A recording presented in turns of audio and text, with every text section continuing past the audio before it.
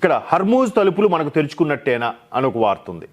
అంటే పశ్చిమాసియాలో ఏదైతే యుద్ధ వాతావరణం అలుముకుందో, ఇబ్బందికర పరిస్థితులు ఉన్నాయో, గల్ఫ్ మీద ఇరాన్ బాంబుల అటాక్స్, ఇరాన్ మీద ఇజ్రాయెల్ అమెరికా సంయుక్తంగా అటాక్స్ చేయడము, సుప్రీం కమాండర్ ఎవరు మరలా అయినా వాడిని చంపేస్తామని బెదిరించడము, ఇలాంటి నేపథ్యంలో ఈ హర్మూజ్ జలసంధి ఏదైతే ఉందో దాన్ని మూసేస్తామని ఇరాన్ ఇప్పటికే ప్రకటించింది. అయితే చైనా వాడి ప్రెషర్ వల్ల ఇరాన్ ఒక మెట్టు దిగిందని చెప్పాలి. మరోవైపు మీరు కొట్టుకుంటే మా హర్మూజ్ సంబంధించిన పరిస్థితి ఏంటి, మాకేంటి సంబంధం అనే నేపథ్యంలో ఇరాన్ భారత్కి సంబంధించిన వాటిపై కూడా భారత్కి తరలించే ఈ చమురు సంబంధించిన షిప్స్ని అడ్డుకునే ప్రయత్నం చేయదని కూడా చెప్తోంది.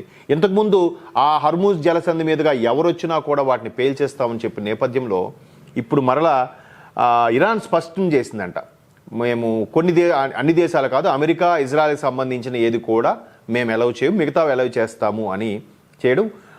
మీరు గడిచిన శని ఆదివారాలు చూస్తే ఈ ఇరాన్ సంక్షోభం, ఆయిల్ సంక్షోభం ముదురుతుందనే నేపథ్యంలో పెట్రోల్ బంకుల దగ్గర ప్రజలందరూ బారులు తీరారు. పెట్రోల్ అయిపోతుందేమో, కొంతమంది ట్యాంకులో తెచ్చి నింపుకున్నారు, ఇంకొంతమంది బైక్లో ఫుల్గా పెట్రోల్ పోయించుకొని ఇంటికెళ్ళి అది వేరే ట్యాంకులో నిల్వ చేసుకుని మళ్ళీ వచ్చి బైక్లో కొట్టించుకునే ప్రయత్నం చేశారు. అంటే వాళ్ళ యొక్క భయము, ఆందోళన ఆ విధంగా వ్యక్తం చేశారు.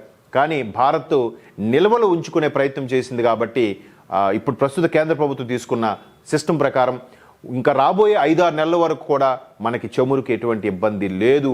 అంతగా నిల్వలు చేసుకునే కెపాసిటీ భారత్కి ఉంది కాబట్టి.